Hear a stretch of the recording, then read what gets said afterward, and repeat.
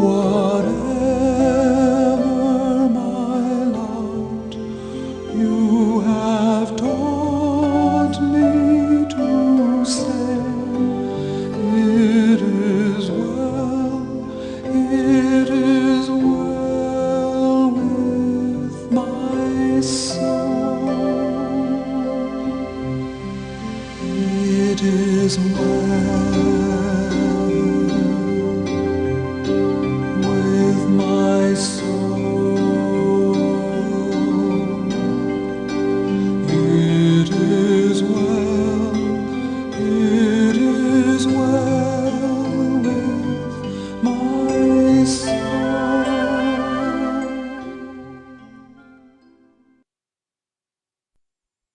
운동장에서 다름질하는 자들이 다 달릴지라도 오직 상을 받는 사람은 한 사람인 줄을 너희가 알지 못하느냐. 너희도 상을 받도록 이와 같이 다름질하라. 이기기를 다투는 자마다 모든 일에 절제하나니 그들은 썩을 승리자의 관을 얻고자 하되 우리는 썩지 아니할 것을 얻고자 하노라.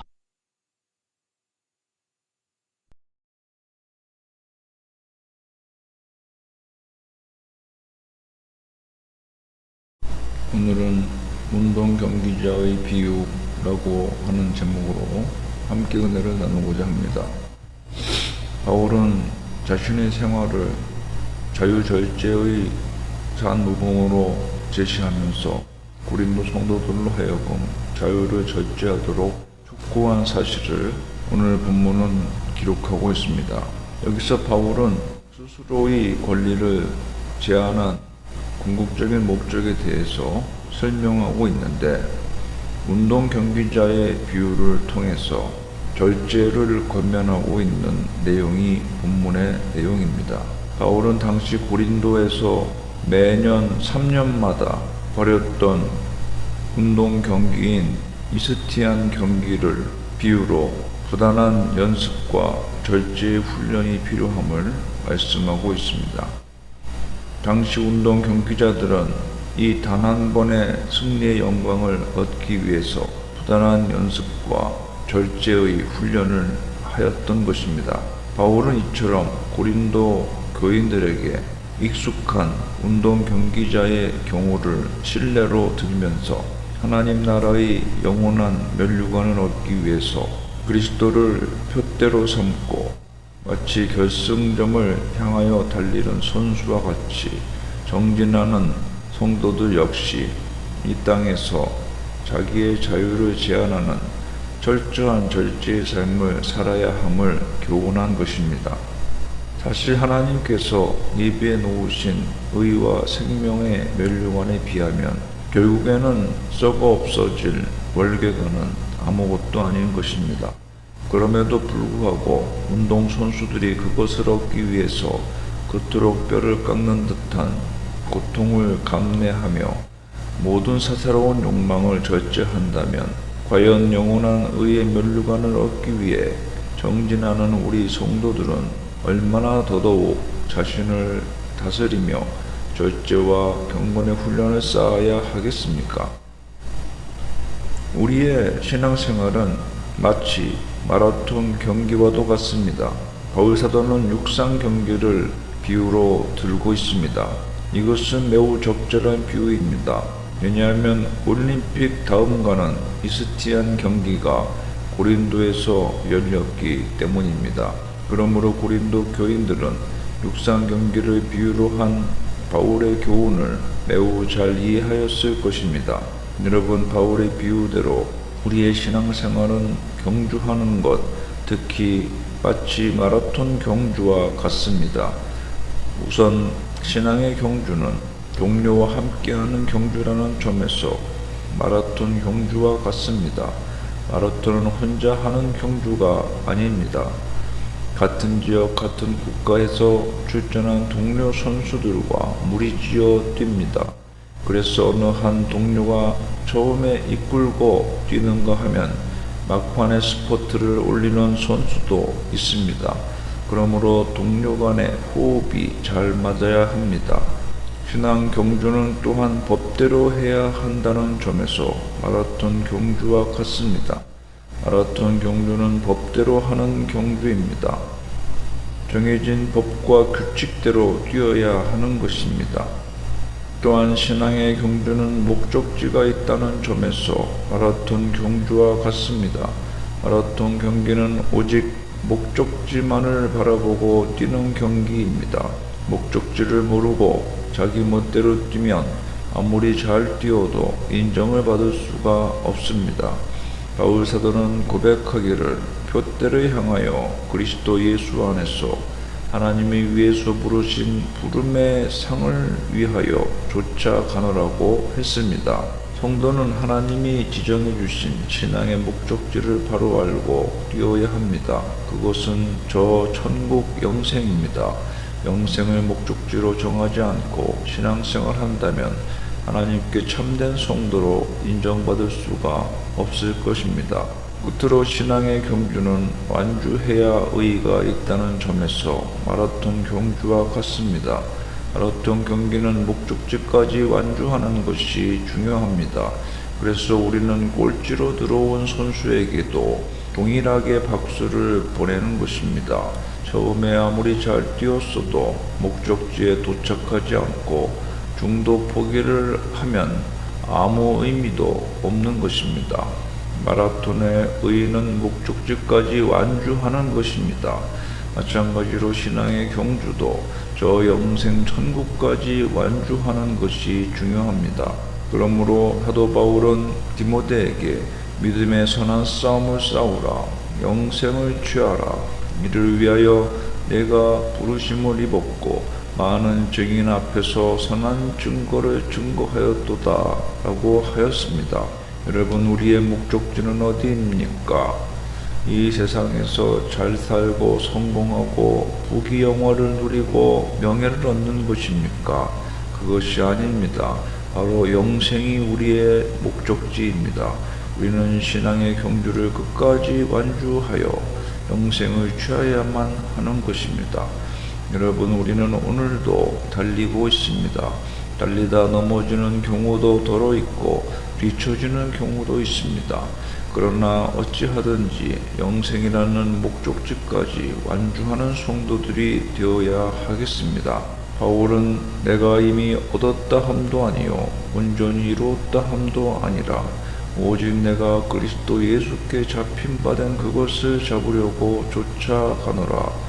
형제들아, 나는 아직 내가 잡은 줄로 여기지 아니하고 오직 한 일, 즉 뒤에 있는 것은 잊어버리고 앞에 있는 것을 잡으려고 달려가노라고 고백하였습니다. 그러므로 우리는 매일의 신앙 훈련을 하여야 합니다. 본문 25절은 이기기를 다투는 자마다 모든 일에 절제한다고 말씀하고 있습니다. 그리고 절제라는 표현에는 훈련이라는 의미가 내포되어 있습니다. 왜냐하면 훈련은 절제함으로 가능하기 때문입니다.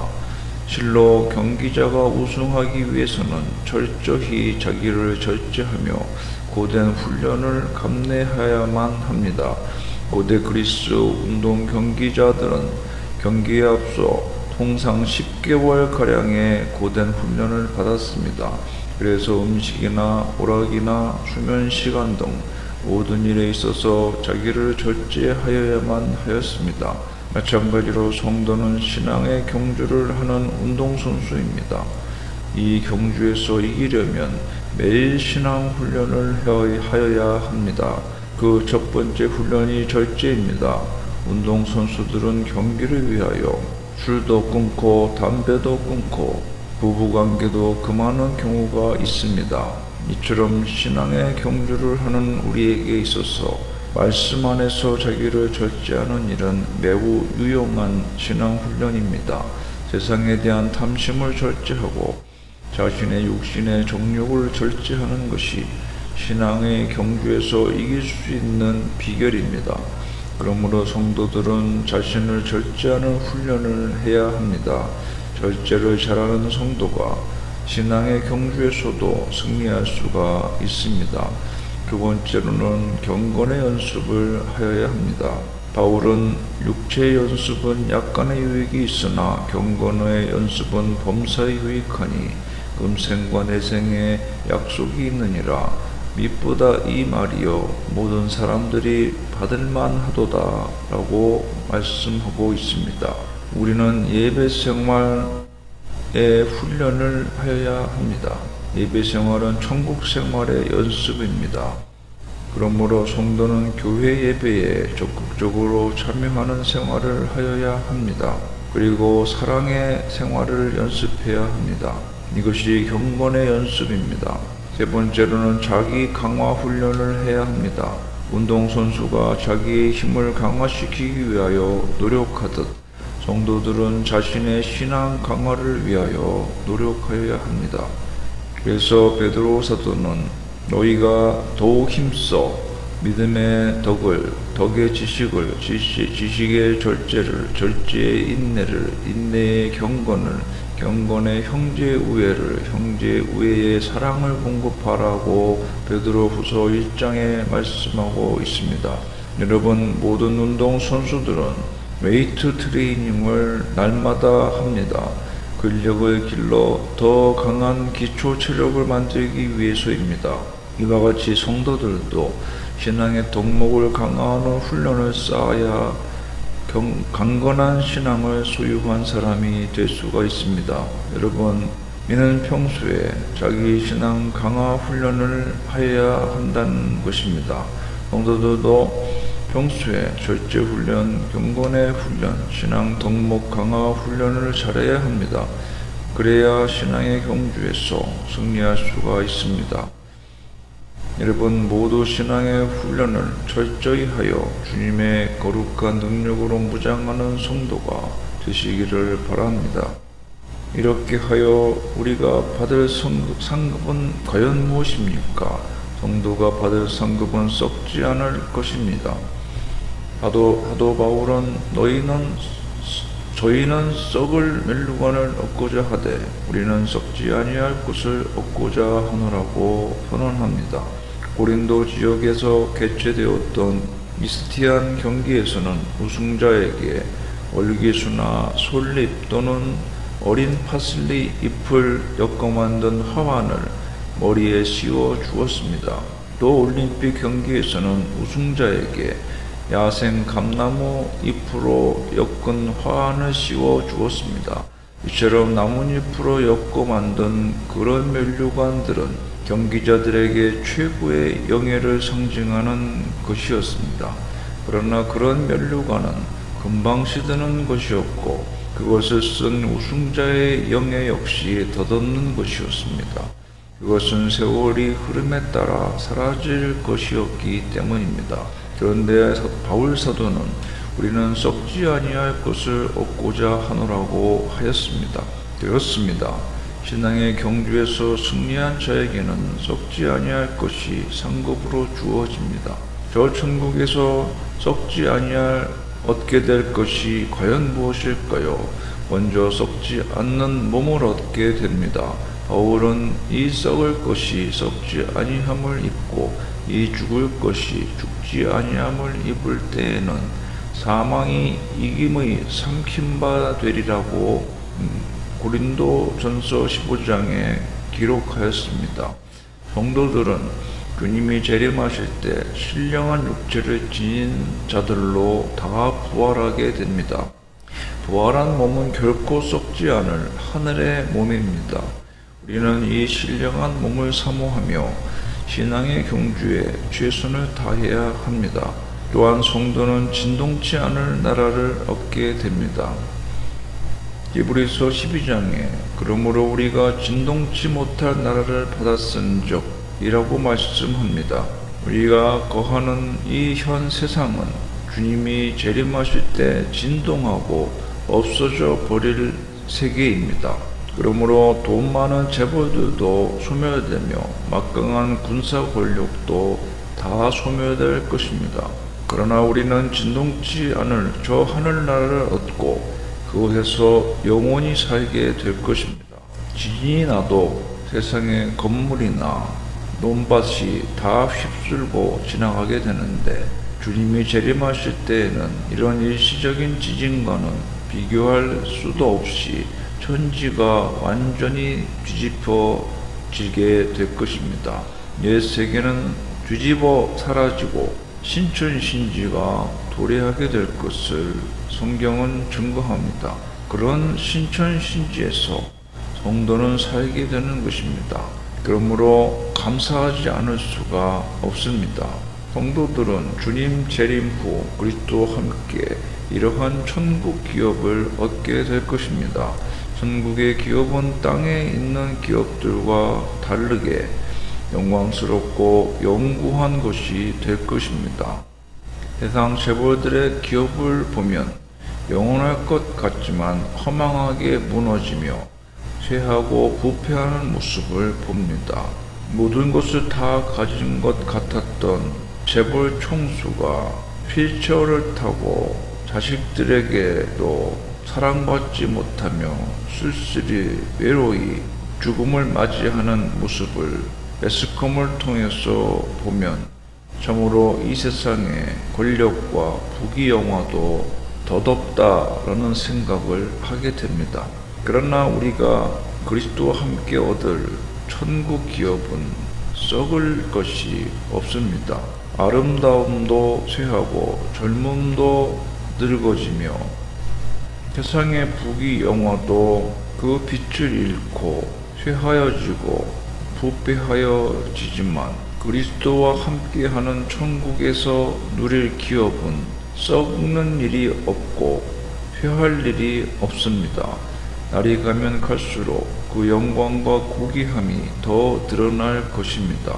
이처럼 성도가 주 안에서 하나님께 받을 천국의 상급들은 썩지 않고 쇠하지 않는 영원한 것들입니다. 그러므로 그런 기업을 받을 성도답게 우리는 행하여야 합니다.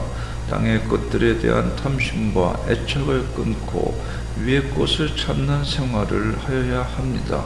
그러므로 이와 같이 힘써 싸워 하나님께서 우리에게 허락하시는 천국 영생 부활의 영원 복락을 누리며 이러한 기업과 은혜를 사모하며 오늘도 열심히 신앙의 훈련을 하며 절제하며 달려가는 우리 모두가 되어줘야 하겠습니다. 기도합시다. 하나님 아버지 감사합니다. 오늘도 우리에게 확실한 이 세상의 삶의 목표와 의지와 은혜를 주셔서 그리스도를 향하여 오늘도 신앙의 경주자로서의 살아가게 하심을 감사를 드립니다. 신앙의 경주를 위하여 이 세상에 우리를 태어나게 하시고 우리를 그리스도를 믿게 하시며 오늘도 성령의 감동 주심 가운데 믿음으로 경주를 달려나가게 하심을 감사를 드립니다. 이 세상에 왜 태어났는지도 모르고 살다가 금수처럼 죽어가며 세상에서 영원히 그 존재가 잊혀지고 사라져버릴 허망한 인생들이 아니라 하나님께서 나를 기억하시고 부르시며 독생자 예수 그리스도까지 아낌없이 내어주실 만큼 사랑하시고 저 천국의 영생을 위하여 오늘도 힘써 달려가게 하시고 도와주시는 하나님의 은혜를 생각하며 오늘도 우리 앞에 놓인 십자가와 믿음의 경주를 힘써 달려가는 저희들의 삶이 되어지게 하여 주시옵소서. 이 모든 일에 성령께서 은혜 주셔서 도우시고 강건케 하시며 함께하여 승리케 하여 주시옵소서. 예수님의 이름으로 기도하옵나이다.